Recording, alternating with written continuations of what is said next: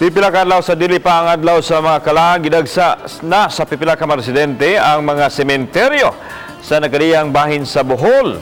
Sa usa ka Memorial Park sa Tagbilaran City, sayo nga nalimpyo ang mahingtungdan sa lubnganan sa lang mga mahal sa kinabuhi. Mukaba sa 5,000 ka mga tao ang nalubong dinhi. Giayo na sab ang dalan aron hapsay ang trapiko. Ilabi na nga gipaabot ang tagdumala sa mokapin sa 5,000 ka mga tao ang mobisita karong Oktubre 31 pa lang nitandi sa 4,000 sa miaging tuig.